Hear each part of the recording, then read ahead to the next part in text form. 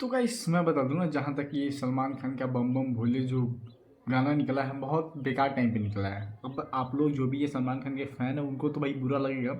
और मैं बता दूं आप लोगों की वीडियो पूरा लास्ट तक देख के जाइए। मैं अपनी रीज़न बताऊंगा क्यों बेकार लगा। क्योंकि बड़े बड़े यूट्यूबर भी हैं जो सलमान खान के ऑलरेडी बहुत बड़े फ़ैन हैं, और उन लोगों का वीडियो आप देखोगे ना तो उन्होंने रिएक्शन दिया है इस गाने के थ्रू। क्योंकि भाई गाने का जो लेंथ था वो 1 मिनट कुछ सेकेंड का, 28 सेकेंड का कुछ है ऐसा गाना। ठीक है, मैं भी देखा हूँ। बट क्या है ना कि ये जिस तरह सलमान के फ़ैन जो वेट कर रहे थे सॉन्ग का कि गाना आएगा भैया इंजॉय किया जाएगा, बहुत मज़ा आने वाला है सॉन्ग इनके सलमान खान के गाने में, बट ऐसा कुछ हुआ नहीं है। ठीक है, इसलिए काफ़ी ज़्यादा अभी आप देखोगे ना तो ज़्यादा व्यू नहीं है, फिर भी 21 मिलियन व्यू गए हैं। बट ये भी है, एक यूट्यूब पे है भैया कि यहाँ गया, इतना तो व्यू तो गया है यूट्यूब के लिए बस।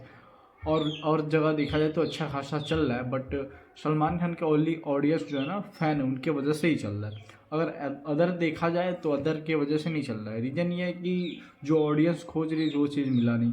बम बम बोले भैया जिस तरह से सॉन्ग निकलना चाहिए था वो ठीक है निकला, बट लेंथ भी बड़ा रहता तो मज़ा आता सॉन्ग सुनने में। और थोड़ा और पहले लॉन्च होता तो काफ़ी मज़ा आता, ऑडियंस देखती और राइट टाइम पे एकदम परफॉर्मेंस कर देता ये गाना अपना। लेकिन बहुत बेकार टाइम पे इन्होंने लॉन्च किया।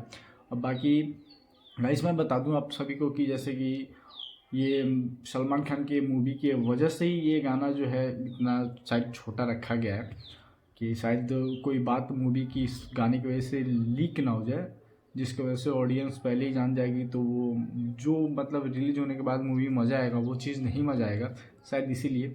बाकी आप लोग का क्या कहना है कमेंट में अपना राय ज़रूर दीजिएगा, और चैनल को हमारे सब्सक्राइब कर लीजिएगा क्योंकि ऐसी वीडियो आप लोगों को मिलती रहेंगी।